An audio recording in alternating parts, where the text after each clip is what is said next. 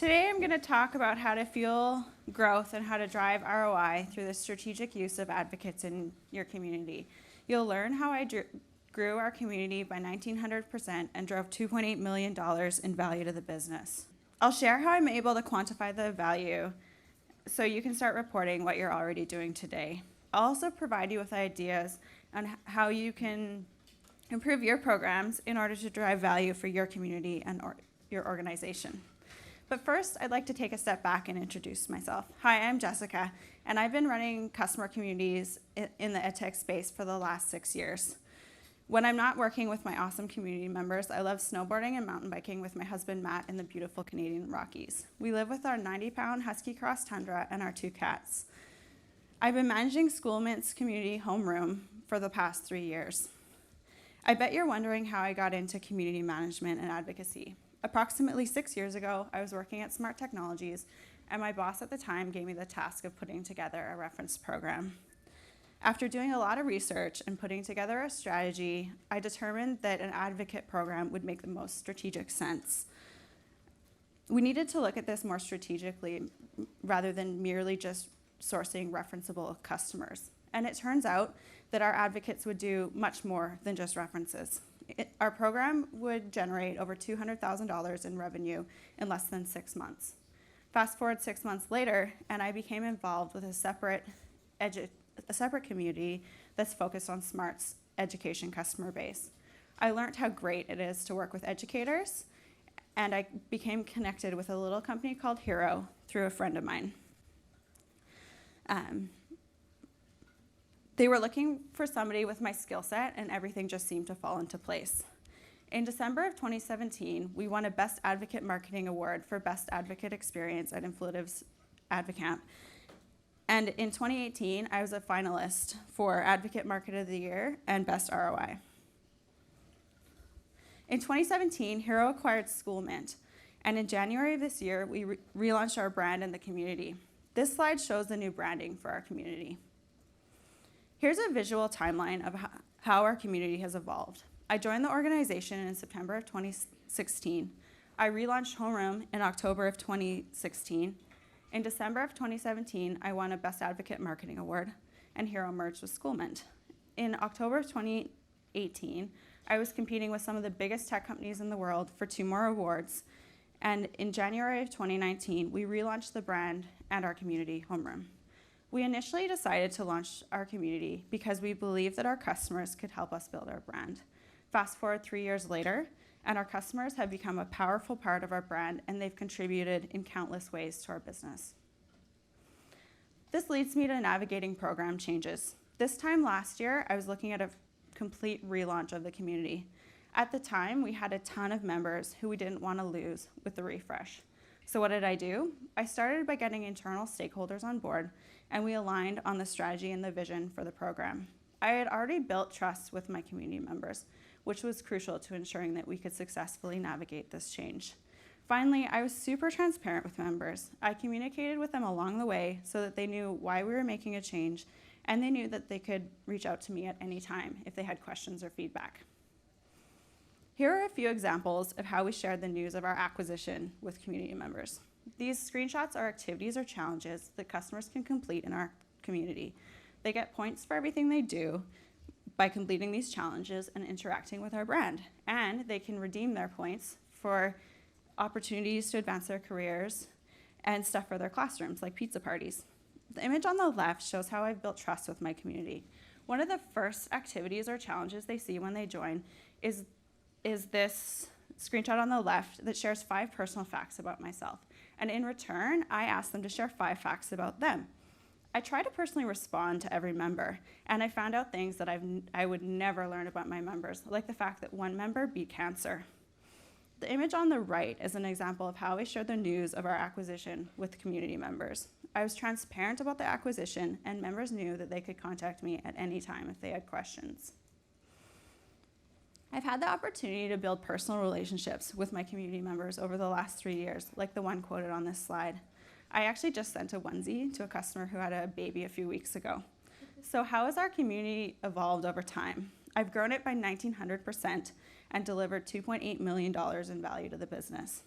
I knew from day one that it would be important to show the value of our program to our stakeholders. I do this by managing a dashboard where I report my KPIs. Not only am I analyzing how the community can provide value to the business, but I'm always thinking of ways in which we can provide value to our customers. I keep my members engaged by publishing content regularly that serves them first. I always try to think of how I can help them with their careers and with our product. In return, I ask them from time to time to help with activities that help our business.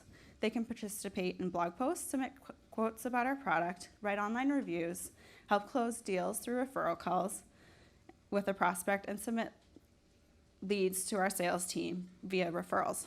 I do make sure that I balance out these asks, and I'm always thinking of how I can serve my members first. In return, my members speak on our behalf at events, encourage their networks to consider our products, and help us promote our brand. All these activities help me show the value of my community because we've assigned a dollar value to each one. I also regularly publish gamified campaigns that are relevant to my audience. Members can compete for points, badges, and prizes in these campaigns. This helps with my community engagement, and it helps me give back to my members. The most successful campaigns come from being tied to specific time-based events, but also a personal calendar. I recommend that you uncover these in your own communities and test them out. The campaigns that I've run in the past include 5 days of giving over the holidays, National Principals Month, Teachers Appreciation, Back to School, Olympics, and more. The image on the right is an example of how we encourage our community members to submit referral leads by reminding them that referring people in their network will benefit students within that school or district. During one of these campaigns, one of my members shared 20 referral leads with us. When I thanked him for helping out our business, he said that he likes being appreciated for helping us grow the business. He told me that he was so passionate about our product that he wanted it to have an impact on students and educators at other schools and districts, which is why he sent us so many referrals. He's recently been promoted and has moved to a new school and has decided to purchase the product. He told me that he can't wait to get the product in his teacher's hands so that it can impact his students, which was great to hear. And here's an example of how we gamified an Olympic experience within the community. Members could make it onto the podium by completing certain activities, and they get perk points for doing so.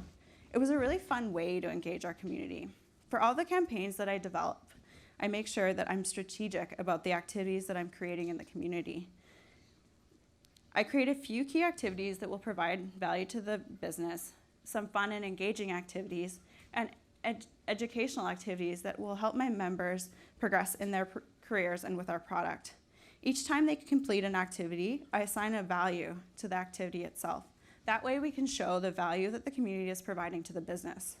The key strategic activities like references, testimonials, and referrals obviously hold more weight than the other activities, and we assign larger values as a result.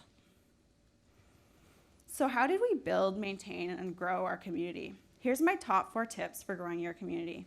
Encourage members to promote the community, partner with internal teams, invite new customers, and evolve the program. Let's dive into them. I encouraged our passionate community members to help us spread the word about the program. I've created an email template that they can send to their team and an activity in the community to encourage them to invite their colleagues. Not only does this help us increase the size of our community, but it also helps with the fidelity of our product at a school site. For our product, internal buy-in is crucial to the success of the program. So by encouraging more educators at a school to participate in Homeroom, we're able to increase the school's buy-in for their hero program, which helps ensure that the customer is successful with our product. Since our product is a SaaS solution, it means that the customer will be more likely to renew when their contract is up for renewal. I'm also able to assign value to the fact that customers who are involved in the community are more likely to renew. I've also been successful in partnering with internal teams to publish content within the community. My customer success team helps me think of content that we should promote with members, and a few of them even publish content in the community on my behalf, which makes my job easier. The image on the left shows how our customer success team helps me source content on a monthly basis in the community. And the image on the right is an example of an activity that my colleague helped me build. The idea actually came from one of her customers who we were able to recognize via this challenge. I also regularly invite new customers and members, and we ask for feedback so that I can continue to evolve the program. So how can you ensure that your community is customer-centric? We have areas within the community that helps members hone their craft by becoming better educators, and it provides tips and tricks to maximize their usage of the products. Members can also connect with others to learn new things that are relevant to their area of practice. Since our members are educators, we share tips on things like chronic absenteeism and hacks for our product. We also have an area that provides spur-of-the-moment fun activities. In this area of the community, I regularly post things that will provide them with positivity through midweek motivational challenges and Favorite Friday challenges. Being an educator isn't always easy, and these activities help them de-stress. We also have an area for new customers to help them get up to speed on our products. There's a discussion area in the community where members can talk about topics they care about. I regularly post discussions and encourage members to engage in the conversation. For some of our discussions, we'll strategically ask members if they'd like to contribute to a blog post by having their comments published. We then take the comments that have been approved for external use and publish them, which results in a post that's driven by the voice of our customers. It's a win-win situation. Our members get recognized externally, and we're able to create content that's relevant to our audience. This is another area where I'm able to assign value to an activity. We estimate that it would cost us at least $100 to hire a writer to write a blog post. So every time that our customers help us write content, it saves us time and resources. Here are a few discussion topics that help our customers with one of our products. The first one encourages them to share hacks that they've encountered with the product, and the second is on incentives. Educators can incentivize students with our product, but we often hear that incentives are too expensive. So what did I do? I asked community members to share free incentive activities with one another, and we've heard that this post has been extremely valuable. This incentives post has been viewed 202 times by customers, and 245 members have replied. Every time a customer views this post or someone responds, it creates value for the organization because our customers are able to help educate each other on the product. For any community, internal buy-in is a crucial element to the success of the community. So how did we generate buy-in? We have an executive sponsor who helped me sell the value of the program.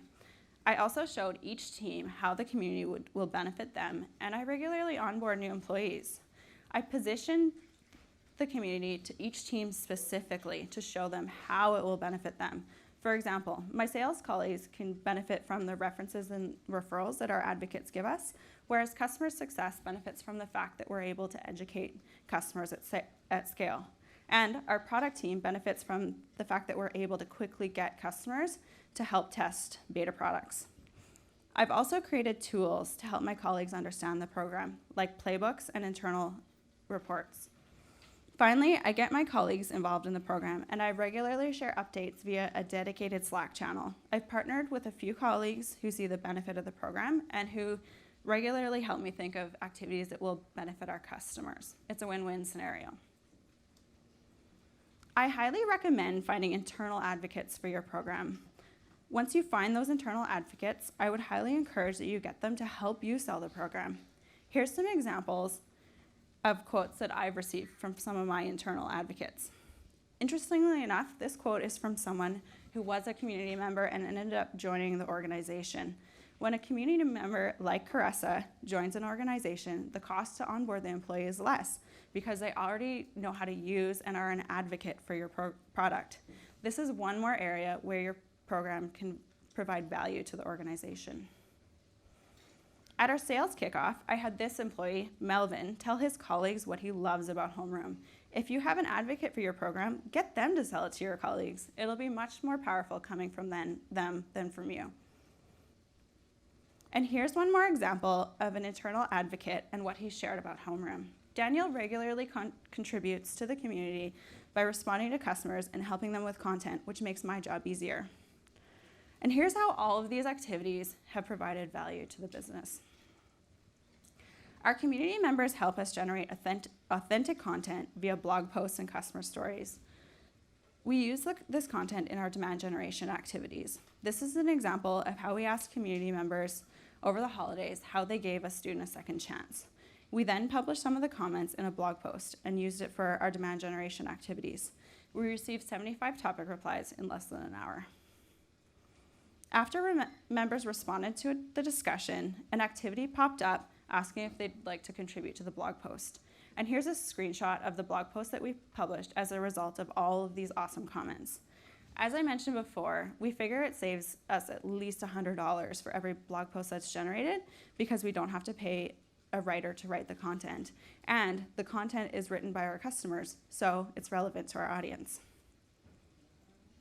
Our community members have helped contribute to stories about how our product has made a difference at their school or district. These stories have been published in numerous third-party publications, and we also publish them on our website. We figure that each story is worth at least $800 to the business based on the value that these testimonials bring. Our sales team can lead with them as proof points that our product is having an impact at schools and districts across the country, and we're also able to use it in demand generation programming. Our community members also review our product on third-party sites like G2 Crowd, Capterra, Google, TrustRadius, and the app stores. We recently received an award from TrustRadius as a result of these reviews. In terms of value, we figure each review is worth at least $100 to the business. Our advocates have written over 300 reviews, which adds up to $3,000 in value.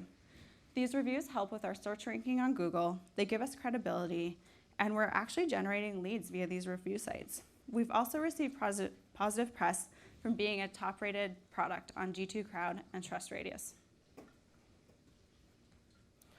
Our community members help us share our story on social media. Here's an example of a social share activity that I created in the community as part of our 5 Days of Giving campaign that I ran last December. Our advocates have shared our content over 3,000 times on social media. That's 3,000 times we didn't have to pay for ads to promote the brand. We assign value to these activities, and I report on them regularly to show how our communities are helping us share our brand on their networks. Are you interested in growing your community and showing its value? Here are my top 5 takeaways that will help you do so. Always consider how to provide value to your community members. How can you help them achieve their goals? Internal buy-in is crucial to the success of any community. Regularly report your community's value and think of ways you can improve. If you didn't hit your KPIs one month, figure out why and how you can reapproach them so that you meet or exceed them next month. Make it fun. Are there ways that you can meet your objectives while creating an awesome experience for members? Are you interested in advocate marketing? Here are some attributes of a great advocate marketer. They know marketing principles. They have experience with communications and content marketing. They have organization and project management skills. They're great with technology. They're great with relationship building and management. And finally, they're adaptable. Thanks for taking the time to listen to my presentation. If you have any questions, I'm always happy to answer them via email. Or you can stop by Influtive's booth number 2 after the break, where I'll be demoing Homeroom.